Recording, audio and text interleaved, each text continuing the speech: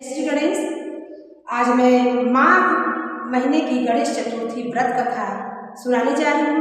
यदि हमारे चैनल पर पहली बार है तो कृपया लाइक और सब्सक्राइब करें ताकि कोई भी नोटिफिकेशन आप तक सबसे पहले पहुँचे। जय श्री गणेश। पार्वती जी बोले, माघ के महीने में किस नाम से और किस प्रकार गणेश की पूजा करनी चाहिए और कौन सा नैवेद्य चढ़ाना चाहिए। श्री गणेश जी बोले, माघ महीने में भालचंद्र नाम से गणाध्यक्ष की षोडोपचार से पूजा करनी चाहिए। तिल के 10 मोदक लड्डू बनाकर 5 गणाध्यक्ष को और 5 ब्राह्मण के लिए अर्पण करें। ब्राह्मण की देव सदृश पूजा करें, यथाशक्ति दक्षिणा दें और 5 मोदक देवें। स्वयं भक्ति युक्त होकर 10 मोदक खाएं। इस संबंध में राजा हरिश्चंद्र का इतिहास कहता हूँ, सुनो। पहले समय में सत्यवादी ब्राह्मण भक्त हरिश्चंद्र प्रतापी राजा हुए। उनके काल में न कहीं अधर्म सुनाई देता था, न कोई दुखी रहता था, न दरिद्री रहता था, न कोई रोगी, न कोई अल्पायु रहा। उनके राज्य में ऋषि शर्मा नामक एक तपस्वी ब्राह्मण रहता था। थोड़े ही समय में उसको एक पुत्र हुआ। देवयोग से ऋषि शर्मा मर गया। पत्नी पुत्र की रक्षा करने लगी, भीख मांगकर लाती और किसी तरह पुत्र का लालन पालन करती। वह संकष्ट चतुर्थी का व्रत करने लगी। भीख मांगकर तिल के 10 मोदक यानी लड्डू बनाकर गोबर के गणेश की कहे हुए प्रकार से सदा पूजा किया करती थी। एक समय उसका 5 वर्ष का पुत्र गणेश की मूर्ति को खिलौना समझकर गले में बांधकर खेलने के लिए बाहर निकल गया। उसी समय मूर्ख कुम्हार बर्तन बनाने वाला उस 5 वर्ष के बालक को अपने आमा में डाल दिया। इधर उसकी माता पुत्र को न पाकर पागल सी हो गई और गणाध्यक्ष का पूजा कर विलाप करने लगी। हे गणेश, हे महाकाय, हे जटा समूह से शोभायमान पुत्र दुख से पीड़ित मेरी रक्षा करो। हे अनाथों के नाथ, भक्तों को अभीष्ट वर देने वाले पुत्र दुख से पीड़ित मेरी रक्षा करो। और इस प्रकार आधी रात तक उस बिचारी ने विलाप किया। सवेरा होते कुम्हार आवा खोलकर देखता है तो वह 5 वर्ष के बालक को उसी आवा में घुटने तक पानी में खेलता हुआ पाता है। इस प्रकार देखते ही भय के मारे कांपने लगा। इसके बाद जाकर राजा के सामने जैसा उसने किया था वह सब कह सुनाया। कुम्हार बोला, हे राजन, मैंने ऐसा अपराध किया है जिससे बद्ध हुआ हूँ। हे राजा, राजकन्या के विवाह के लिए मुझे कुछ मिट्टी के बर्तन शीघ्र बनाकर देने थे। उस पर कई बार आमा में आग लगने पर भी वे पके नहीं।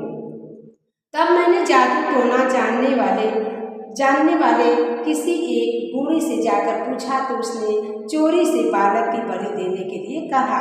तब बड़ी चिंता उत्पन्न हुई कि किसके बालक को अग्नि में डाला जाए। जिसके बालक को अग्नि में डालूंगा वह तो तुरंत ही मुझे काट डालेगा। इस भय से किसी राण के लड़के की बलि देने का निश्चय किया और अपनी भार्या को यह समझाकर कहा कि ऋषि शर्मा उस नामक ब्राह्मण मर गया है। उसका लड़का 5 वर्ष का है। उसकी विधवा माता भीख मांगकर अपने पुत्र का पालन करती है। यदि उसके पुत्र को बलिदान किया जाए तो वह गरीब दुखिया कुछ न कर सकेगी और मेरे सब बर्तन पक जाएंगे। फिर मैंने उस बालक को खेलते हुए पकड़कर आमा में डाल दिया और सुखपूर्वक रात को सोया। सवेरा होते ही आमा के बर्तन पके या नहीं सोचकर आमा खोलकर देखता हूँ तो जिस अवस्था में बालक को वहाँ डाला था उसी अवस्था में उसको वहाँ निर्भय देखकर मैं भयभीत हुआ और यहाँ आया हूँ। इस प्रकार उसके वचन को सुनकर राजा चकित हुआ और स्वयं आमा के पास आकर खेलते हुए लड़के को देखकर अपने अमात्य से कहा कि यह कैसी बात है और यह बालक किसका है, इसका निश्चय करो।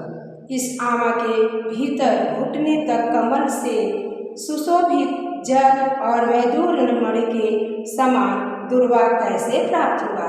इस दरिद्र बालक को न दाह है, न क्षुधा है, न पिपासा है, घर की तरह निर्भय होकर यहाँ खेल रहा है। राजा के इतना कहने पर रोती कलपति व ब्राह्मणी भी वहाँ आ पहुँची और अपने बालक को देखकर उसे उठाकर छाती से लगाया, चुंबन किया और रोती कलपती हुई राजा के आगे बैठ गई। राजा हरिश्चंद्र बोले, ब्राह्मणी, अग्नि ने इस बालक को क्यों नहीं जलाया? क्या तू कोई टोटका जानती है अथवा कोई उग्र तप किया है? ब्राह्मणी बोली, हे राजन, न मैं चेटक जानती हूँ, न धर्म जानती हूँ, न मैंने कोई तप किया, न योग, न कोई दान किया, न विधान किया, न बलिदान किया। हे राजेंद्र, मैंने केवल संकष्ट नाशक गणेश का एकमात्र उत्तम व्रत किया, जिसके प्रभाव से मेरा बालक कुशल से है। इस प्रकार उसका वचन सुन राजा ने फिर कहा कि यह व्रत मुझे सम्मत है, मेरी सारी प्रजा इस व्रत को करे। हे भारत, इस प्रकार राजा ने उसकी परिक्रमा कर कहा कि हे ब्राह्मणी, तू धन्य है कि मेरी संपूर्ण प्रजा को गणाध्यक्ष की पूजा का प्रारंभ कराया। इस तरह व्रत राज के प्रताप से ब्राह्मणी को उसका पुत्र प्राप्त हुआ। श्री कृष्ण जी बोले, हे युधिष्ठिर, इसलिए व्रतों में उत्तम इस व्रत के प्रभाव से आपका अभीष्ट सिद्ध होगा। हे राजन, जो कोई समस्त सिद्धि को देने वाले इस व्रत को करता है, उसका गया हुआ राज्य, मित्र, पुत्र तथा पौत्र आदि समस्त सुख पुनः प्राप्त होता है।